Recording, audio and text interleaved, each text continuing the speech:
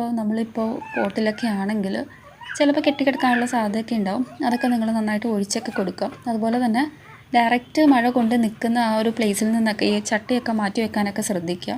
പിന്നെ നമ്മൾ നടുന്ന രീതി നോക്കുകയാണെങ്കിൽ ഒന്നല്ലെങ്കിൽ കമ്പ് നമുക്ക് നടാം, അല്ലെങ്കിൽ സീഡ് കിട്ടും. ഞാൻ നോർമലി സീഡ് വെച്ചിട്ടും അതുപോലെ തന്നെ കമ്പൊക്കെ വെച്ച് ചെയ്യാറുണ്ട്. 2 വേ ഞാൻ പരീക്ഷിച്ച് നോക്കാറുണ്ട്.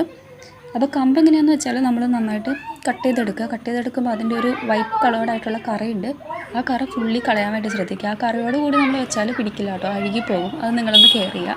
ജസ്റ്റ് നമ്മൾ എവിടെയെങ്കിലും ഒന്ന് ഉരച്ച് ആ കറ കളഞ്ഞിട്ട് പിന്നെ നമ്മൾ മണ്ണിലൊക്കെ ഒന്ന് ജസ്റ്റ് ഒന്ന് മുക്കി അല്ലെങ്കിൽ ഒന്ന് തൊട്ടൊന്ന് പുരട്ടി കൊടുത്താൽ എന്നിട്ട് നമ്മൾ പ്ലാന്റ് ചെയ്യുകയാണെങ്കിൽ ആ പ്ലാന്റ് നന്നായിട്ട് നമുക്ക് പിടിച്ച് കിട്ടുന്നതായിരിക്കും.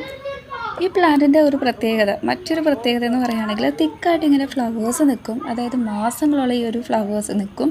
നല്ല ഭംഗിയാണ്, നല്ല അടിപൊളിയായിട്ട് നിൽക്കുന്നത് നിങ്ങൾക്ക് ഇവിടെ കാണാൻ പറ്റുന്നുണ്ടാവും. പിന്നെ ഇതിൻ്റെ അടുത്തൊരു